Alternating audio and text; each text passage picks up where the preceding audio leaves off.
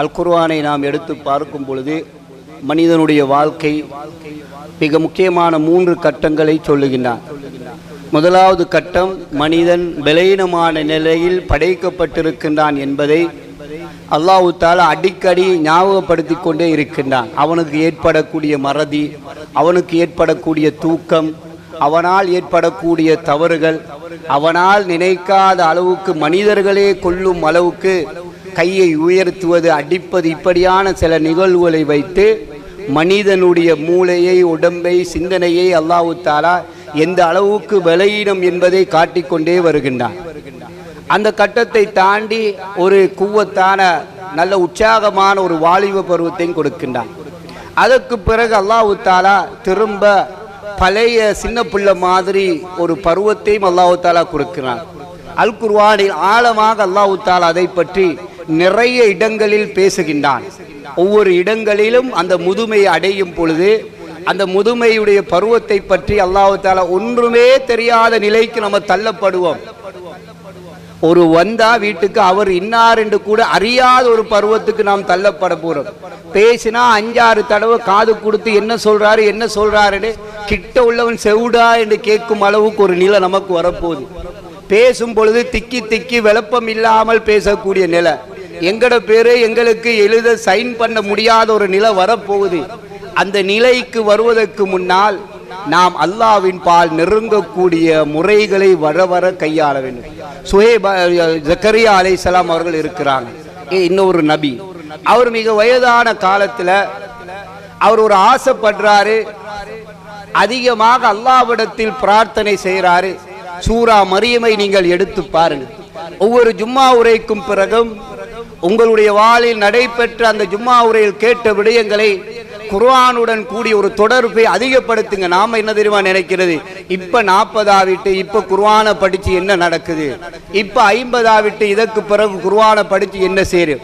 உங்களுக்கு தெரியும், ஷேக் முக்பில் பின் ஹாதி, அவர் யமன் நாட்டை சேர்ந்தவர், பெரிய ஒரு மார்க்க அறிஞர், ஆயிரக்கணக்கான உலமாக்களை இந்த பூமிக்கு விட்டு சென்றவர்கள். அவர்கள் ஒரு செக்யூரிட்டி ஜொப்புக்கு தான் சவுதிக்கு போறார். ஷியாவில் சேர்ந்த ஒருவர், ஜெய்தியா மதுஹபை சேர்ந்த ஒருவர் அங்க போய் செக்யூரிட்டி ஜொப்புல தான் இருக்கிறாரு. போய் இருக்கும் பொழுது திடீரென்று ஒரு சில சிந்தனைகள், மார்க்கத்தை படிக்கணும், உபதேசங்கள் கேட்கணும், நானும் ஆடாக வேண்டும் என்ற ஆசை. அவர் போய் ஒரு அறிஞர்கிட்ட கேட்கிறார், நானும் படிக்கணும், செக்யூரிட்டி ஜாப் செய்யக்கூடிய. அன்புக்குரியவரே, சொந்த கடை எங்களுக்கு இருக்கு, சொந்த வாகனம் இருக்கு, எல்லாமே சொந்தமாக எல்லாம் இருக்கு. மார்க்க கல்வி மட்டும் சொந்தம் இல்லாம கீழே அப்படியே தான் இருக்கு. எதுவும் செய்தோம் என்பது தெரியாமல் அவர் கேட்கும்போது அவர் சொல்றாரு, நீங்க இன்னென்ன கிதாபுகளை படிங்க என்று. யமன்ல இருந்து சில நாட்கள் படிக்கிறாரு. திரும்ப ஊருக்கு போய் படித்த செய்திகளை சொல்லுகின்றார் மக்களிடத்தில். அங்க உள்ளவர்கள் இவரு வேறொரு மத மார்க்கத்தை பின்பற்ற போறாரோ என்று பிரச்சனை வந்து திரும்ப கொஞ்ச நாளைக்கு பிறகு திரும்ப மக்காவுக்கு வாரார். அந்த நேரத்தில் மக்காவில் வயது எல்லை இல்லாமல் படிப்பதற்கு ஒரு அழைப்பு விடுக்கப்படுகின்றது. இந்த நேரத்தில் அவர் பல்கலைக்கழகத்தில் போய் சேர்றார். சேர்ந்து தொழிலும் படிப்பும், படிப்பும் தொழிலும், தொழிலும் படிப்பும் என்று இவருடைய வாழ்க்கை நகர்ந்து கொண்டே செல்லுகின்றது. ஷேக் பின் பாஸ், நாசருத்தீன் அல்பானி போன்ற பெரும் பெரும் அறிஞர்கள் எல்லாம் அவரை புகழும் அளவுக்கு, அவருடைய ஷஹாதாவை கேட்டு அந்த மதரசாவுக்கு உள்வாங்கப்படும் அளவுக்கு ஒரு செக்யூரிட்டி மாறுகின்றார். மாறி ஊருக்கு போய் பெரிய ஒரு கிராமத்தை உருவாக்கி ஆயிரக்கணக்கான அறிஞர்களை உருவாக்கி படிப்பதற்குண்டான முழு ஏற்பாடை செய்கிறார். நாம் என்ன தெரியுமா நினைக்கிறோம், இன்னும் தர்ஜுமாவை படிக்கலாம், 60 வயசு பூரா படிச்சு நான் யாருக்கு சொல்ல, என்ன பப்ளிசிட்டி எனக்கு கிடைக்கும். நீ உனது ரப்பை சந்திக்கும் பொழுது, ரப்பு விசாரிக்கும் பொழுது, என்ன செய்தாய் என்று கேட்கும் பொழுது விட்டு விட்டு வந்த சொத்தை சொல்லி பிரயோசனம் கிடையாது. ஜக்கரியா அலைஹிஸ்ஸலாம் அவர்கள் வயது முதிர்ந்த நேரத்தில் ரப்பிடத்தில் சொல்லுகின்றார்கள், யா ரப்பே வ அன்த அர்ஹமுர் ராஹிமீன், நீ இரக்கமானவனுக்கெல்லாம் இரக்கமானவன். நான் எனது மௌத்துக்கு பிறகு எனது நிலையை, நான் பின்னால் வரக்கூடிய நிலையை நான் பயப்படுகின்றேன் என்று பயப்படுகின்றார்கள். அவர்கள் பிள்ளை பாக்கியத்தை கேட்கும் பொழுது அவர்களும் தள்ளாடக்கூடிய வயசு. இந்த முள்ளெல்லாம் முக்கி போய் தலைமுடியெல்லாம் வெள்ளையாகி சூரத்து மரியமை எடுத்து படித்து பாருங்க. அல்லாஹ் தஆலா அழகாக சொல்லுகின்றான். ரப்பிடத்தில் கேட்கிறாங்க. ரப்பு உடனே முடிவெடுக்கிறான், புள்ள உங்களுக்கு கிடைக்கும், நல்ல ஒரு செய்தியை சொல்றான். இந்த வரலாற்று இன்னும் ஒரு செய்தி சூரா ஆல இம்ரான்ல வருது. மரியம் அலைஹிஸ்ஸலாத்தை ஜக்கரியா அலைஹிஸ்ஸலாம் எடுத்து வளர்க்கிறாங்க. வளர்க்கும் பொழுது பாருங்க, அவருக்கு கீழால இருக்கிற இந்த மரியம் அலைஹிஸ்ஸலாம் குல்லமா மர்ரா அலைஹில் மெஹ்ராப், அதை தொழக்கூடிய இந்த மாதிரியான ஒரு மெஹ்ராப் பக்கத்துல மரியம் அலைஹிஸ்ஸலாம் இருக்கிறாங்க. இருக்கிற நேரத்தில் ஒவ்வொரு நேரத்திலேயும் அவ வெளியே எங்கேயும் போவது கிடையாது, எல்லாம் கனிவஸ்தும் இவக்கு கிடைக்குது. ஜக்கரியா அலைஹிஸ்ஸலாம் அவங்க யோசிக்கிறாங்க, ஃபஅன்னா லகி மரியம் ஹாதா, எப்படி இது உனக்கு கிடைக்குது, வெளியே போகாம இப்படி இருந்து திங்கிறாயே. அவர் சொல்லுகிறார், காலத் ஹிய மின் இந்தில்லாஹ், அல்லாஹ் எனக்கு தாரான், மெஹ்ராபுக்கு பக்கத்துல தொழுந்து கொண்டிருக்கிறேன், எனக்கு கிடைக்குது. உடனே என்ன தெரியுமா, ஜக்கரியா அலைஹிஸ்ஸலாம் அந்த வயது போன நேரத்துல யோசிக்கிறாங்க, இப்ப நான் அல்லாஹ்ட்ட ஒரு துவா கேட்கணும், எனக்கு இதுவரைக்கும் பிள்ளை இல்லை, அந்த எனக்கு கீழே இருக்கிற மரியமுக்கு அல்லாஹ் உதவி செய்கின்றான் என்றால், அவளுக்கு தேவையான உணவை கொடுக்கின்றான் என்றால், நான் வயது முதிர்ந்த காலத்தில் ரப்பிடத்தில் கேட்டால் ரப்பு எனக்கு சிறந்த ஒரு பிள்ளையை தருவான், அதில் அல்லாஹ் மாறு செய்ய மாட்டான். கண்கூடாக தனது வேலைக்காரனுக்கு தனக்கு கீழால் உள்ளவனுடைய உதவியை பார்த்து விட்டு பொறாமப்படல. இன்றைக்கு மனிதனுடைய நிலை என்ன தெரியுமா, தனக்கு கீழே இருக்கிறவன் ஒரு மார்க்க விடயத்தில் ஈடுபடும் பொழுது, பெரிதாக செய்யும் பொழுது, எனக்கு கீழே உள்ளவருக்கெல்லாம் என்னத்துக்கு தேவையில்லாத மார்க்க விஷயங்கள் எல்லாம் அவருக்கு எப்படி அது தேவை, நானே என் பாட்டில் சும்மா இருக்கிறேன், இவர் ஏன் மார்க்க விஷயம் சும்மா தடமாறுறாரு என்ற எத்தனையோ பேச்சுகள் ஏச்சுகளை நாம் சமுதாயத்தில் காணுகின்றோம். ஜக்கரியா அலைஹிஸ்ஸலாம் அந்த கிடைத்ததை, மரியம் அலைஹிஸ்ஸலாத்துக்கு கிடைத்ததை பார்த்து ரப்பிடத்தில் அந்த நேரத்துல தான் ரப்பிடத்துல கேட்கிறாங்க, எனக்கும் அப்ப பிள்ளையதான், எனக்கு புள்ளதான் வேணும், இவக்கு சாப்பாடு வேணும், இவக்கு சாப்பாடை கொடுக்கிறாய், எனக்கு புள்ள வேணும். சூரா மரியமை ஆல இம்ரானை எடுத்து பாருங்கள், அல்லாஹ் அழகாக அந்த வரலாறை சொல்லுகிறான்.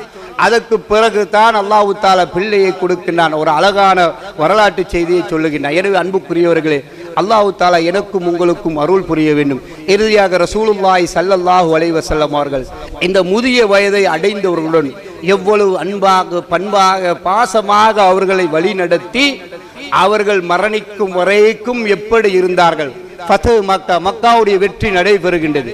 மக்காவுடைய வெற்றி என்பது இஸ்லாமிய வரலாற்றில் மிக முக்கியமான ஒரு வெற்றி. அந்த வெற்றியில நபி அவர்கள் ஒரு இலக்கை அடைந்து அப்படியே அமர்ந்திருக்கிறார். அபூபக்கர் ரலியல்லாஹு அவர்கள் அவர்களுடைய தந்தைய கூட்டிக் கொண்டு வாராங்க. அல்லாஹ்வுடைய தூதர், நான் ஒரு ஜனாதிபதி, என்னை நோக்கி மக்கள் வரணும் என்று எதிர்பார்க்கல.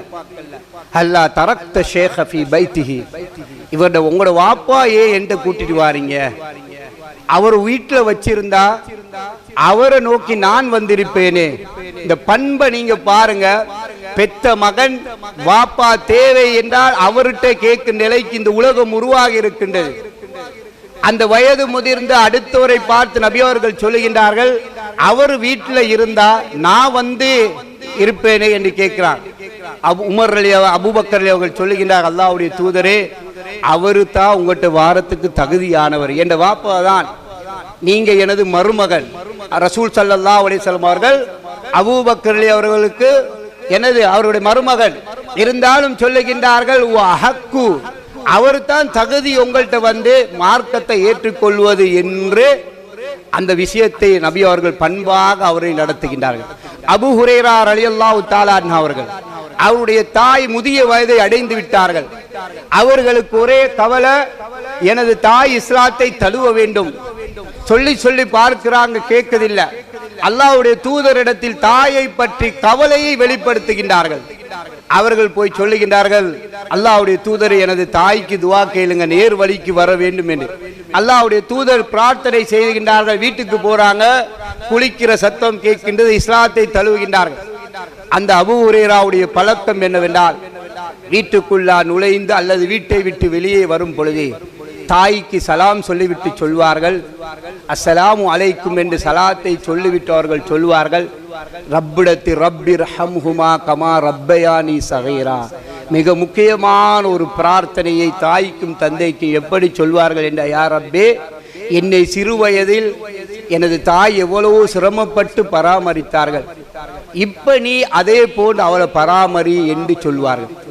அந்த தாய் திருப்பி என்ன தெரியுமா சொல்வார்கள், நீ நான் பெரியவன் ஆனதன் பிறகு அல்லாஹ் உனக்கு அருள் புரிவானாக, நீ எப்படி என்னை சிறந்த ஒரு பிள்ளையாக பராமரிக்கின்றாயோ அதுக்கு அல்லாஹ் உனக்கு அருள் புரிவானாக என்று தாயும் மகனும் ஒரு பிணைந்த உறவு காணப்பட வேண்டும். அன்புக்குரியவர்களே, உடனடியாக நீங்கள் செய்ய வேண்டியது அசர் தொழுகைக்கு முன்னால் உங்களுடைய தாய்க்கு ஒரு போன் எடுங்கள், உங்களுடைய தந்தையுடன் பேசுங்கள். எத்தனை உறவுகள் அற்ற நிலையில் குர்ஆன் சுன்னா அடிப்படையில் ஜும்மாவுக்கு வந்து பிரயோசனம் கிடையாது. அன்புக்குரியவர்களே, அங்கே உறவுகளுடன் கூடிய தொடர் பாடல்கள் சரியாக இருக்கும் பொழுதுதான் ரப்புல் ஆலமீனுடைய நெருக்கத்தை அடையலாம். எனவே அல்லாஹ் தஆலா அல் குர்ஆனில் கூறும் பொழுது சொல்லுகின்றான், உன்னிடத்தில் 2 பெற்றோர் இருவருமோ ஒருவரோ இந்த கல் கிபர் முதியவரான பெற்றோர்கள் உன்னிடத்தில் இருக்க வேண்டும். அவங்களுக்கு ஒரு வீடை வாங்கி கொடுத்து வாப்பாவுமா இப்ப நீங்க தனியே இருங்க, எனக்கு புள்ள குட்டி ஆகிட்டு நான் தனியே இருக்கிறேன் என்பதல்ல இஸ்லாம். முதியவர்கள் அந்த காலத்தில் சஹாபாக்களுக்கு பிறகு கேட்டால் நான் என் உம்மா வாப்போட இருக்கிறேன் என்று சந்தோஷமாக சொல்வார்கள். தாயும் தந்தையும் என்னுடன் இருப்பது என்று சொல்ல வேண்டும், எங்களோட தான் இருக்கிறாங்க, அவங்க வந்துட்டு போவார்கள் அல்ல, அவங்க இருவரும் என்னுடன் தான் இருக்கின்ற கல் கிபர். அவர்கள் உங்களிடத்துல இருந்து அவங்க வயது போகணும். வயது போன பிறகு 5 விடயங்களை அல்லாஹ் எதிர்பார்க்கிறான். பேச்சில் 5 பேச்சு செயல் வார்த்தைகளில் 5 எதிர்பார்க்கிறான். பார்த்து விட்டு தான் சொல்லுகிறான், ரப்புக்கும் அலமு பிமா ஃபீ நுஃபூசிக்கும், உங்களோட உள்ளத்தில் இருக்கிறது அல்லாஹ்வுக்கு தெரியும், நீங்க ஏன் இப்படி எல்லாம் நடக்கிறீங்க என்பதை. யாருக்காக? மனைவிக்கா, பிள்ளைக்கா, யாருக்காக வேண்டி பெற்றோர்களை நோவினைப்படுத்துகின்றேன் என்று அல்லாஹ் அறிவான் என்று சொல்லுங்க. எனவே அன்புக்குரிய இஸ்லாமிய உறவுகளே, எல்லாருக்கும் வயதாகிவிட்டது, ஒரு வயதை நாங்கள் தாண்டி விட்டோம். இருக்கக்கூடிய ஒரு நாளாக, ஒரு வாரமாக, ஒரு மாதமாக இருக்கலாம், அதில் ரப்பையும் சந்தோஷப்படுத்த வேண்டும். உயிருடன் இருக்கக்கூடிய 2 பெற்றோர்கள் ஒருவர் இருப்பார் என்றால் அவர்களையும் சந்தோஷப்படுத்தி எங்களுடைய மௌத்துக்கு பிறகு அந்த தாயும் தந்தையும் பிரார்த்தனை செய்யக்கூடிய இடத்துக்கு ஆளாகும்.